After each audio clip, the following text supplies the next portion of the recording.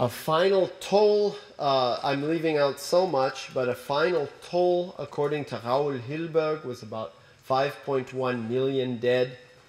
6 million according to Bauer and Roslet. These are approximations. Excluding Jews, Poles lost about 2 to 2.5 million people. Roma, the Gypsies, about 220,000 from a total European population of about 1 million.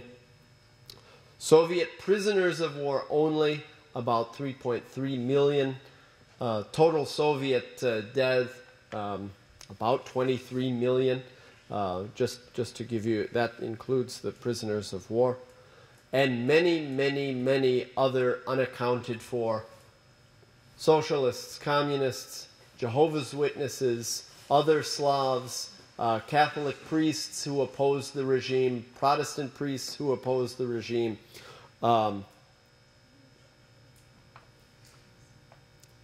Germans who opposed the regime, and of course my humble apologies for leaving out very, very much.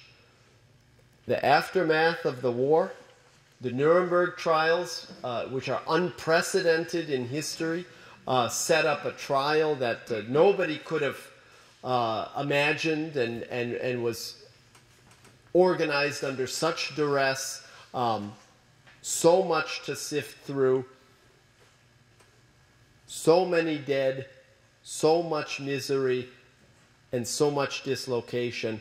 And they attempted to apply some sort of reasonable standard of law to that. And they were surprisingly fair. Some people, especially at the Nuremberg trials, were acquitted and let go. Albert Speer, who is in charge of armaments and slave labor, only got about 15 to 20 years. He went on to write many books, and he lived a very comfortable, successful life. Some people think, when I was younger and my dad used to tell me about this, I thought it was a crime that anyone would be acquitted.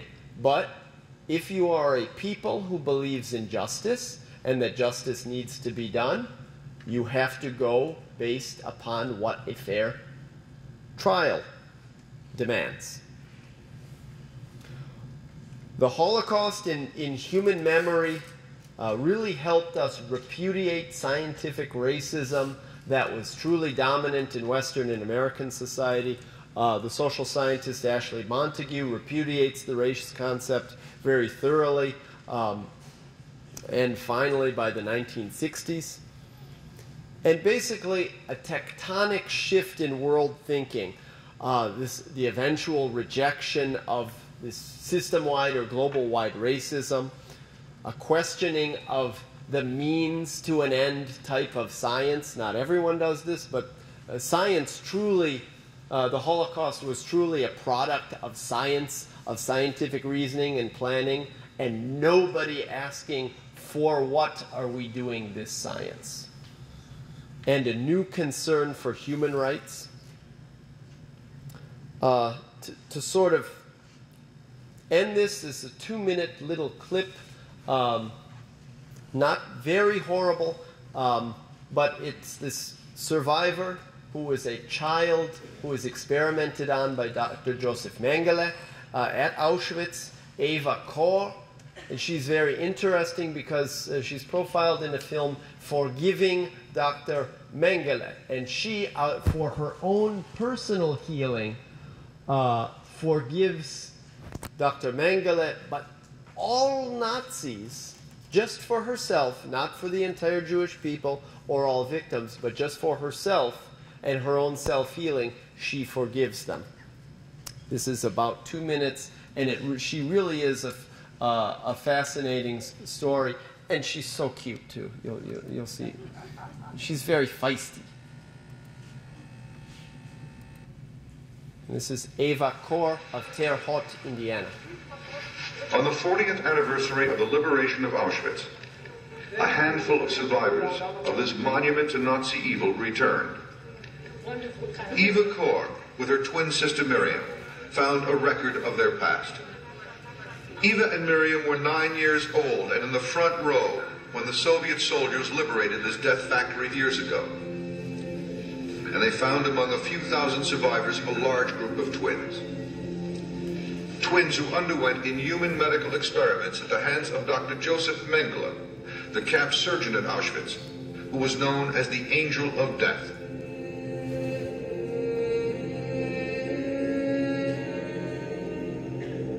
Just to be free from the Nazis, that did not remove the pain they have inflicted upon me. There might be another way that survivors can heal themselves. I have found one way. Forgive your worst enemy. It will heal your soul and it will set you free.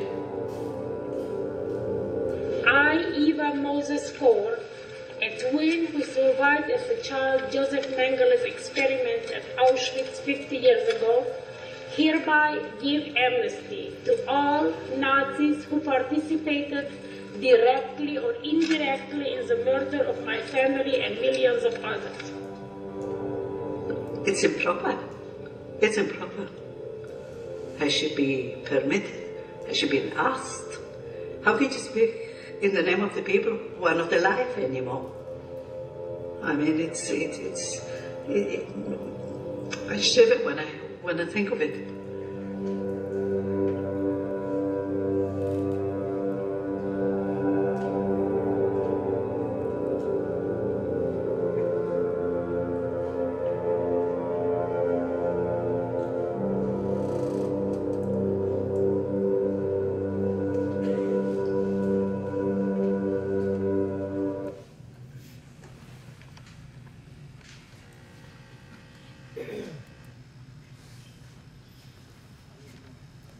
She's really a fascinating woman.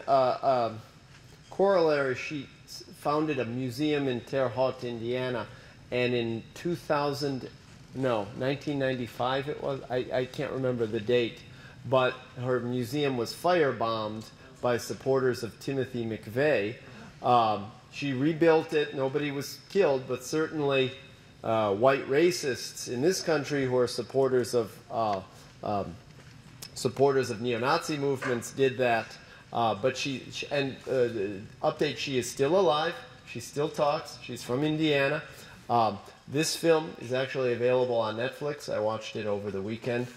It's really great to watch because she expands the whole notion of the Holocaust. She goes and visits Palestine. She talks with Palestinians. She cannot reconcile with Palestinians.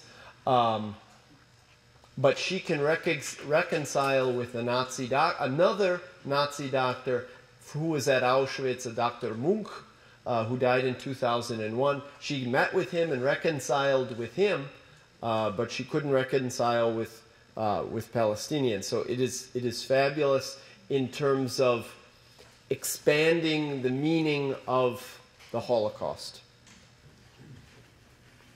And at the end of 45 and 46, we have the remaining chief Nazis in the docket. Here we have Göring and Rudolf Hess and Jodl, and I believe Streicher is in the back, and maybe Alfred Rosenberg with sunglasses. I feel I've been probably 500% inadequate to covering this topic, and I apologize in advance for failings. I feel I'm not really worthy of handling this, but thank you all for bearing with me.